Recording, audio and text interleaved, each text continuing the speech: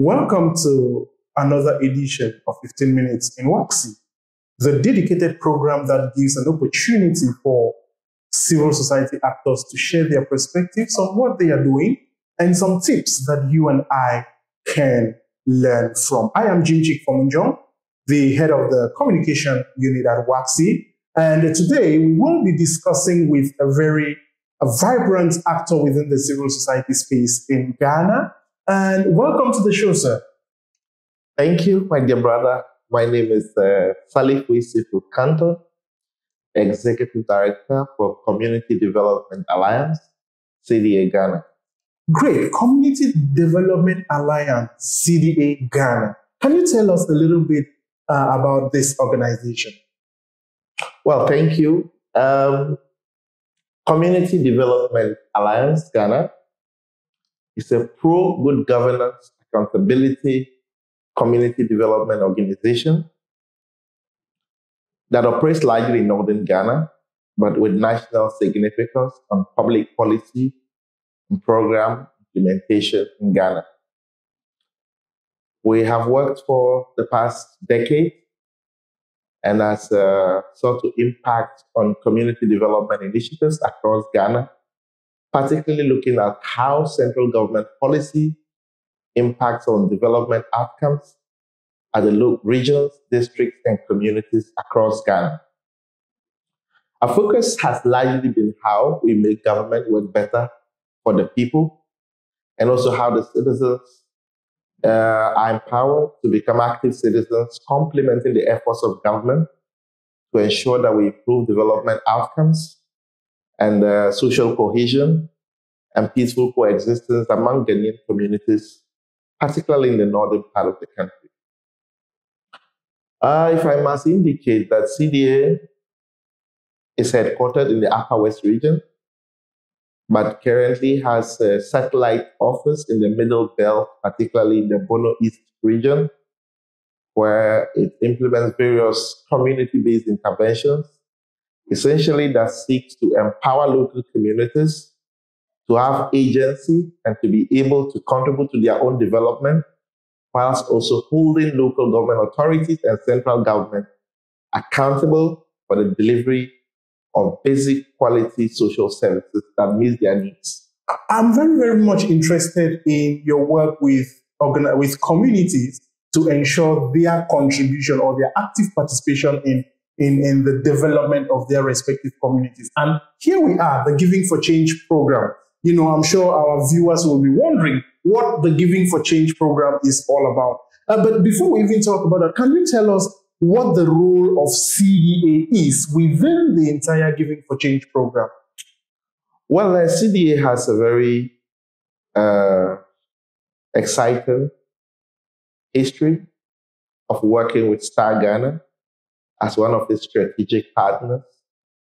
And we have been part of the Star Ghana program for quite some time and have built a very enduring bond of relationship with Star Ghana that has enabled us to grow and flourish as an organization and to more purposefully impact on our community through the various programs that we have been implementing. So within that framework of partnership, CDA currently has a program agreement with Star Ghana as a key implementing partner in the Giving for Change program.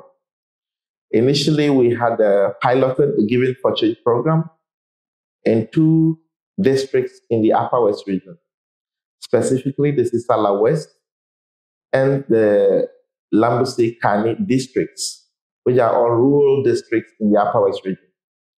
The whole idea was basically to promote community philanthropy, where we mobilize our local communities to prioritize their development needs, segment them to appreciate what they can do to contribute to their own development, whilst also exploring ways through which they can demand accountability from local government authorities to fulfill their obligations relative to the development concerns that may not be addressed locally through local resources.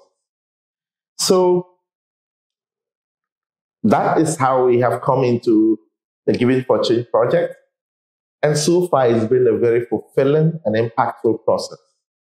For example, through the Giving for Change program, we have worked closely with a community called Kusali, a farming community in the Sisala West District, who were able to, we facilitated processes for them to set up a community development committee. Then we engaged them and supported them to do a community needs assessment where women, youths, children, and elders of the community sat together in groups, brainstormed about what is of priority to them. In the process, the community came up with a list of interventions or issues that are of priority to them. Key among them was access to health, particularly health in terms of maternal and newborn healthcare services. And then the community decided that they needed to build a community clinic on their own. They thought that, well, central government or local government, the district assembly, had made a promise to build a clinic for them, but it's been long coming, largely because of low resource inflows, common fund not being paid, and other considerations. So they mobilized and they contributed in kind and in cash, and they've been able to construct a local community clinic. Fully completed. Now they are at the stage of finishing it with the needed equipment like delivery beds and other equipment needed to operate the clinic. And they have also been able to engage with the local health authorities who have made a firm commitment to send them nurses and midwives to administer services to them. That, for me, is people's power. Once the community is able to do this on their own, their confidence, their agency, and their power to engage other key stakeholders in the district become heightened and enhanced. Again, in a similar vein, in the Lambusik Dafiama Busie Isa district, there's a community called Kunzokala. We took the Giving for Change project to the community. We facilitated engagements with the community leaders and youth and women. They also said that women in the community, when they had to give birth, had to move to other clinics far away from the community to be able to access delivery services. Yet, that community has a clinic, they have a midwife, but no delivery room. So their priority, according to them, was to construct a delivery room that will support the clinic to provide a maternal and newborn healthcare services. So far, they've also completed the structure and currently preparing it to hand it over to the local clinic authority so that they can administer good quality healthcare services to these communities.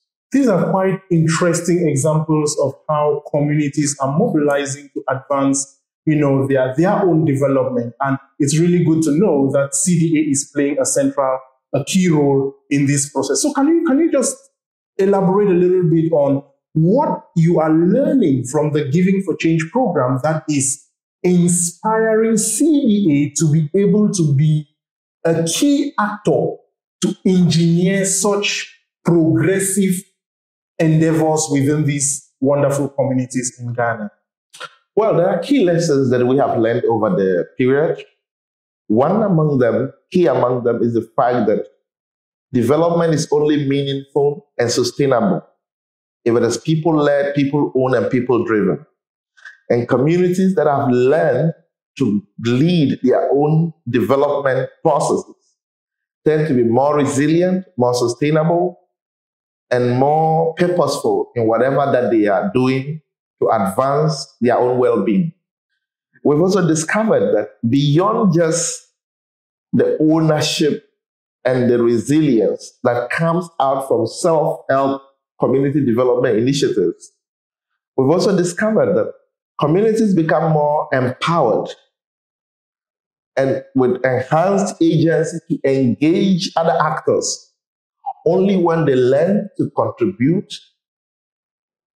their own talents, resources, time, and effort to advance their development. It enhances their bargaining ability. It enhances their capacity to engage with other stakeholders particularly decentralized government agencies, basically on the strength of what they are able to do on their own, and then using that as a basis to make claims from those other actors that has a duty of care to them. For example, when the Kusili community built their small local clinic, they had the agency, the confidence to approach the district director of health and to say, look, we will need you to come and see what we have done. We've put together a clinic. We need to extend access to primary healthcare to our community. We have put together our own clinic. Come see it and allocate to us healthcare professionals so that we can also enjoy the right to health. That for me is fulfilling. That is people's power. That is agency. Say, look, we have done A, do B, C, D, so that we can enjoy our right to health. So that kind of movement, that kind of change, that kind of shifting of power is what the Giving for Change program represents. And having piloted this intervention, we have seen many other communities that are not targeted, that are learning and actually initiating their own development programs and actually doing similar engagements and arriving at similar conclusions where they are also self-mobilizing, self-contributing, and self-administering development programs and projects in their communities. And for me, that is quite refreshing. Fantastic, fantastic. As you were sharing these, I was just thinking that marvelous work done by CDA. I want to believe that you would have encountered one or two challenges. What is that one challenge that, CDA team encountered, yet you surmounted, and that has really propelled your team to even continue with these commitments to catalyze actions within communities? Yes, certainly there are some challenges. Some of those challenges are sociocultural and behavioral. They are perception-based challenges. For example, many have come to believe that handouts, NGOs give handouts.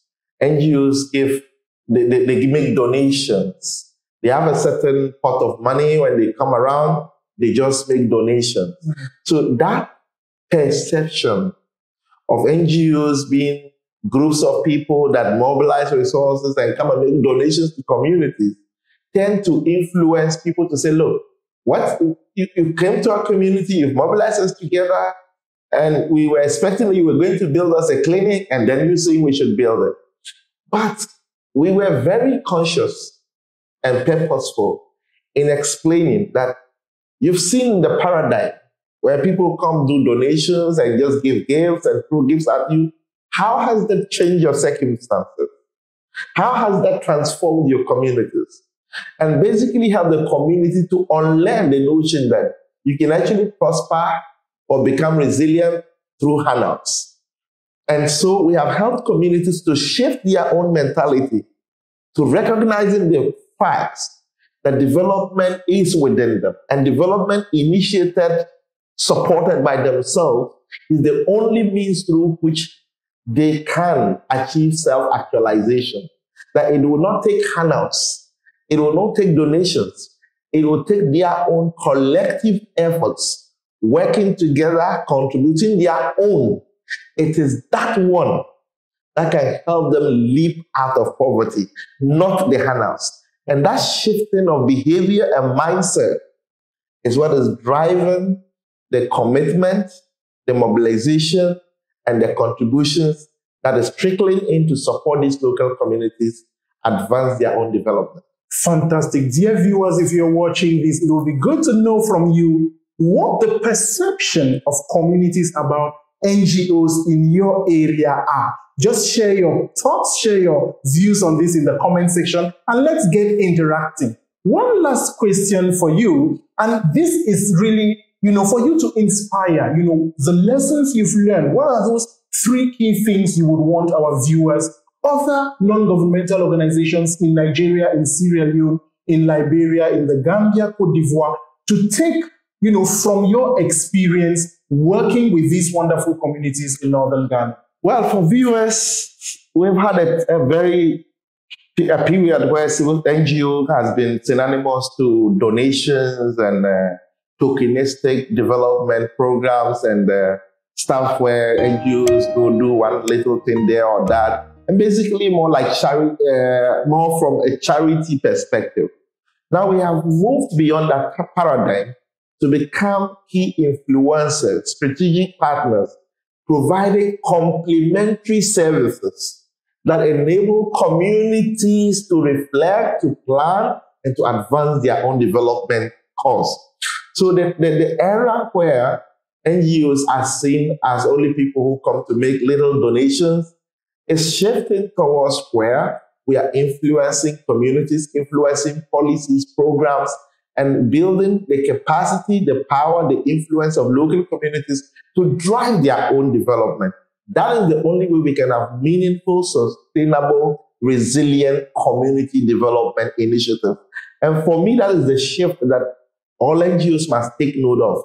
You cannot be the solution to all the community problems. You cannot be developing for communities. You have to develop with the communities, not for the communities.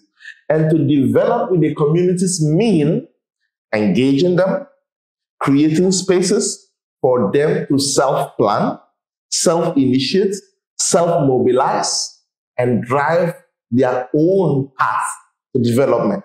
That is the only way we can achieve sustainable, meaningful, impactful community development. Develop with communities, not for the communities. A very powerful takeaway statement from the Executive Director of CDA, Mr. Salifu Kanton. It was a pleasure talking to you here in Accra. And again, we are very pleased to have you watch this entire video. Keep following us on YouTube, on Facebook, on LinkedIn, on Twitter, and on Instagram. Why not visit our website? And if you want to send us an email, write to info@wacsi.org, and we will be happy to share more information with you. And why not have you share your perspectives on this program, 15 Minutes in WACSI. Thank you very much and have a wonderful time. Thank you very much, sir. Thank you, my brother. It's a pleasure. Thank you.